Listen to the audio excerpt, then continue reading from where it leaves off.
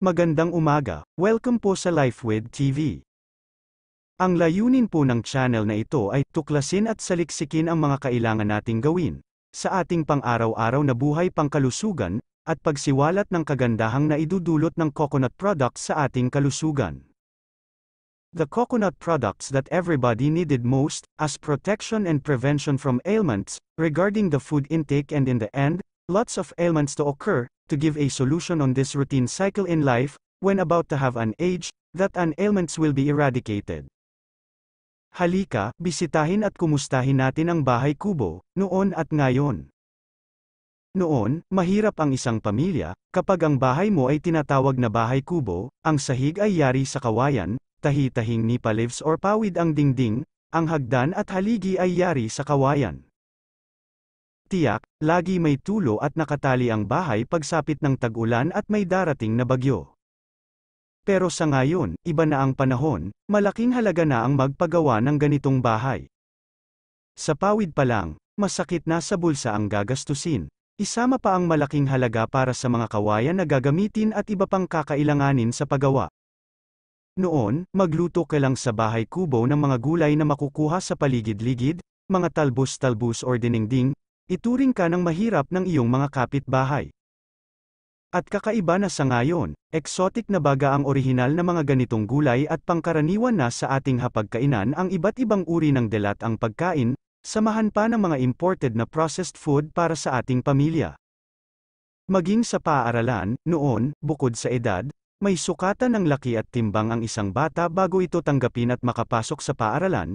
Ika nga, pag naabot mo na ang kaliwang tainga ng kanang kamay, pwede ka nang makapag-aral. Nakakatuwa. Malaki na ang pagkakaiba sa ngayon, basta umabot na sa age requirements ang isang bata, pwede nang pumasok sa paaralan, na kung ating pagmamasdan, halos hirap pang magdala ng kanilang mga gamit, at akay-akay pa ng kanilang mga magulang, at ang bonus pa, mas pinaikling oras na gugugulin sa silid-aralan.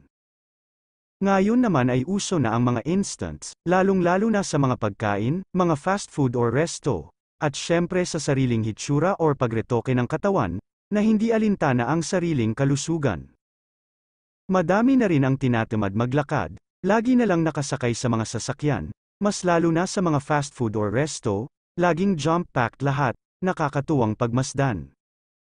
Yun nga lang, nakapanlulumong pagmasdan habang naglalakad, nandyan na ang malalaki ang tiyan, mabagal maglakad, at minsan, makikita na sa kulay ng balat ang karamdaman. Maaamoy mo na rin ang iba't ibang uri ng pampahid or liniment sa kanilang katawan, mas lalong titindi pagsapit ng dapit hapon. Sana habang tayo ay bata pa or malakas pa, dapat alagaan na natin at huwag abusuhin ang ating kalusugan, huwag na nating hintayin pa ang makaranas ng karamdaman, pero mahirap yatang mangyari sa totoong nakagawian.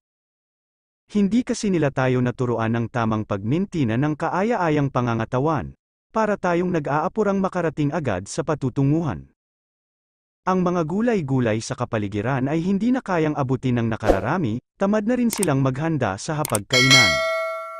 Gusto pa ang mga instant noodles at delata ang iharap sa kanilang hapagkainan, na may kasamang soft drinks, hindi ko alam kung alam nila ang dulot nito sa kanila, siguro basta't mabusog lang sila. Madami ng taong nag-iiyak pag may karamdaman, na sanay matulungan silang mapahaba ang kanilang buhay, gagawin ang lahat, gagastusin ang yaman, lahat para sa ikalalawig ng kanilang buhay, pero ganyan talaga, pagsisisi sa bandang huli. Madali lang naman maging malusog ang pangangatawan, ugaliin lang kumain ng preskong katutubong tanim na gulay sa kapaligiran, at yun lang ang dapat. Kung anong lahi ka, yung katutubong tanim ang iyong kainin at hindi ang tanim na galing sa ibang bansa. Ang nadidikta sa ating kaisipan at kalusugan ay ang kung anong genes ka nagsimula at namuo at yun ang dapat. Kung ang lahi mo ay Pilipino, isipin mo na lang ang kantang Bahay Kubo, at doon ka makakapulot ng ikagaganda ng iyong kalusugan. Enjoy life to the fullest. Remember, yesterday is history. Tomorrow is a mystery. But today is a gift, that is why it is called the present. Fight to the world, the goodness of coconut products, to the health of mankind is only the purpose. Our time is limited. This is LifeWith TV nagsasabing. serve mankind with the product that saves life to their healthy lives. Marami pong salamat. Magbigay po tayo ng like, subscribe, at notification bell para po sa mga susunod nating videos.